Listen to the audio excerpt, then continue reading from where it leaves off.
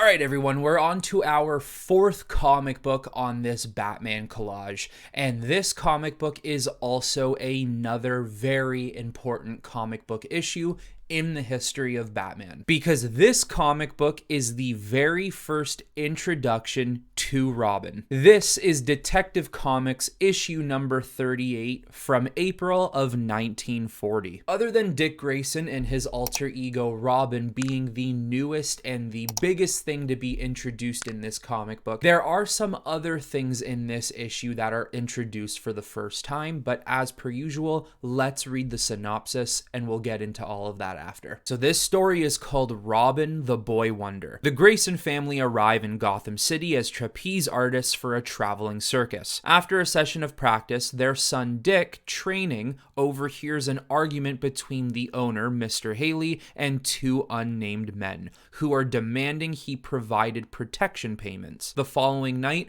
many of the city's citizens arrive to oversee the Flying Graysons perform, including Bruce Wayne. However, during the stunt, the trapeze's cord breaks, leading to John and Mary's death. After the accident, Haley decides to pay protection to the thugs to prevent further accidents. Dick once again overhears it and plans to tell the police. Batman is also present and stops him, revealing that the criminals work for Boss Zuko and that they have police officers under his thumb. Relating to their similar pasts, Batman reveals that the thugs were able to stage the accident by burning the ropes with acid and reluctantly allows Dick to help bring them to justice. Taking him in as his ward, Bruce Wayne trains Grayson to help fight crime. After many months, Dick takes on the identity of Robin, the Boy Wonder, basing his identity off of Robin Hood. Sending him out disguised, Batman and Robin learn of Zuko's protection rackets and illegal gambling establishments. Batman begins to target many of them, subduing Zuko's henchmen and disrupting their operations. He also sends a message to Zuko warning him not to leave the city and threatens to arrest him if he carries out an attack on the K9 building. Undeterred by Batman's threats, Zuko decides to blow it up and carry it out himself. Unknown to all, Robin is also present and follows them to the site. As they prepare to plant dynamite, Robin attacks and subdues several members of the gang using his acrobatic prowess to navigate the building site. When Zuko's men finally catch up, Batman arrives and helps dispatch the last of the group. Blade, the thug that set up the Graysons' murders, attempts to escape.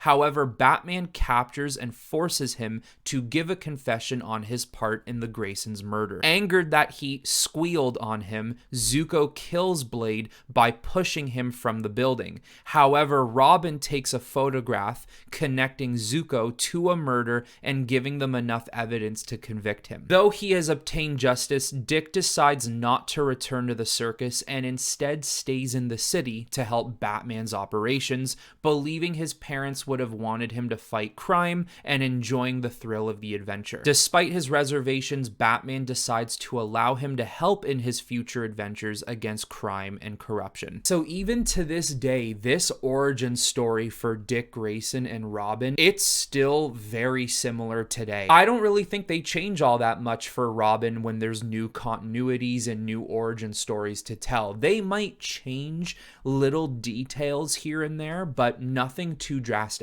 Not only is this the first appearance of Dick Grayson, the circus, his parents who die, this is also the first appearance of the man who caused it all, Boss Zuko, or as we know him as Tony Zuko. And it's basically who we know as the man responsible for turning Dick to his life of crime, the way it basically is with Joe Chill to Bruce Wayne. Now, what's really interesting about this actually is Zuko had a right-hand man. His name was Blade, and as we can see in this story, Blade is the muscle. Zuko has the plans, he's the leader, and Blade needs to follow through with them. And what's interesting is this is the only ever appearance of Blade. He is never used again. But where it continues to get more interesting from here, when Zuko kills Blade in this comic book issue, Batman does nothing to help the man. Now, of course, that doesn't mean Batman killed him, because he didn't, but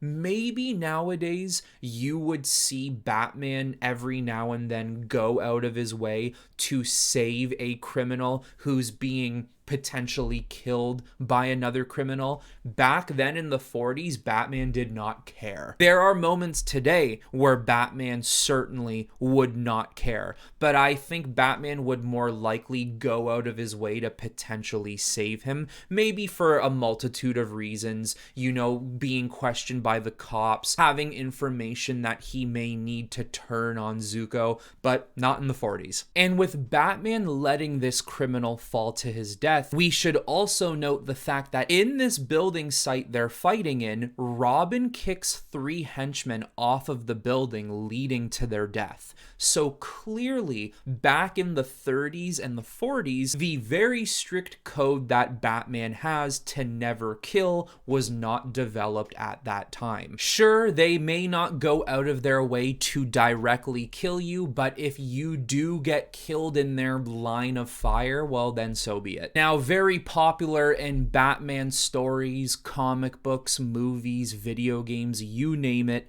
Today, there is a huge emphasis on the corruption of the police in Gotham City.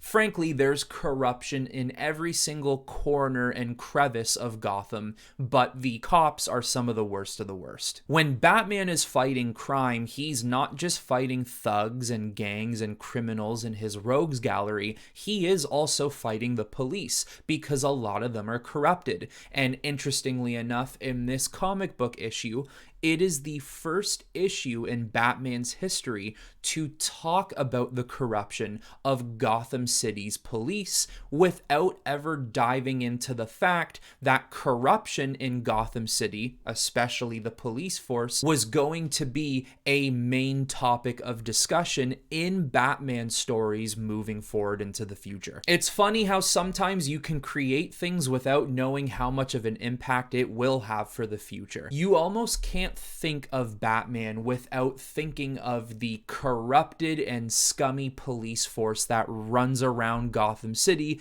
doing nothing to help their city, who are getting paid off by mafia bosses or villains of Batman. Now, in this issue, they also appear 2 gadgets that have never been seen before, and that's to be expected because we're still in the early days of Batman. But as for Batman, the brand new gadget that was featured was an acid capsule. And as for Robin, his very first gadget that was ever introduced was the slingshot. It makes a lot of sense. It's very fitting for Robin, considering what it even says in the synopsis and what is known to us about the creation of the Robin character behind the scenes. He is heavily influenced by Robin Hood. But that is about it for this comic book issue, guys. There isn't too much brand new to the Batman character this time around, but there's not much to complain about considering that you do get one of the biggest and most well-known characters,